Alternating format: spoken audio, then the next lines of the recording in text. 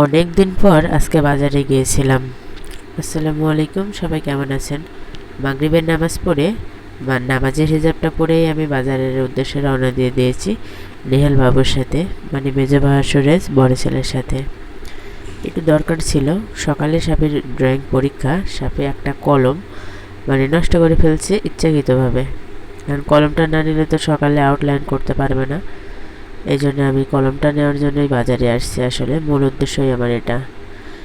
এই তো বাজারে আমি চলে এসেছি, এখন জাস্ট দোকানে যাব। এই বাজার নিয়ে আজকে বিশাল একটা কাহিনী হয়েছে।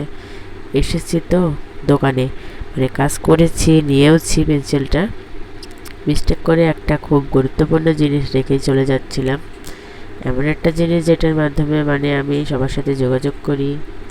এই তো সেই মানে শুভক্ষণ, আমি এখানে আমাকে কলমটা দিচ্ছিল এই যে ফাইলের মধ্যে, মানে এই যে ইয়ার মধ্যে ঢুকে, এই তো ভাই দিচ্ছে, এটা আমি নিচ্ছি।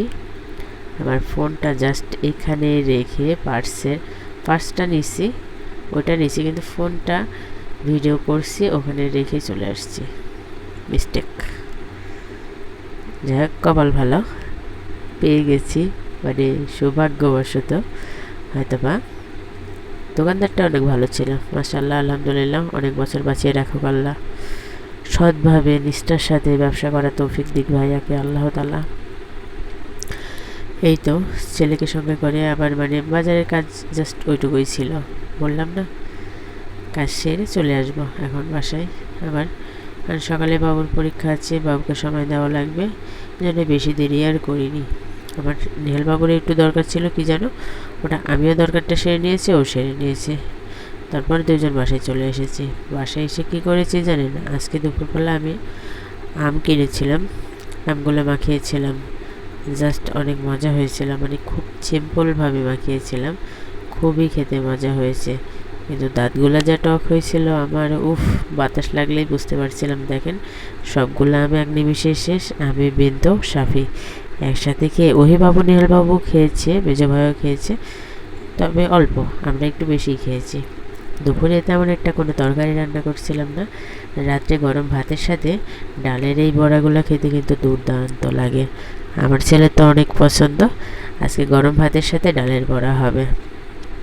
আমার ছেলে যখন থেকে দেখছে যে আমি ডালের বড়াগুলো ভাজছি, তখন থেকেই ও খুশিতে নাচানাচি শুরু করছে।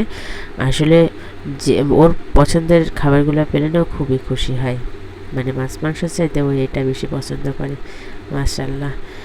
দুপুরে আমার ছেলের ক্যামেরা ধারণ করা এটা, আমি বাথরুমে গোসলে ছিলাম, অনেক বৃষ্টি আসছিল, ছাদে গিয়ে ভিডিওটা করে নিয়ে আসছে।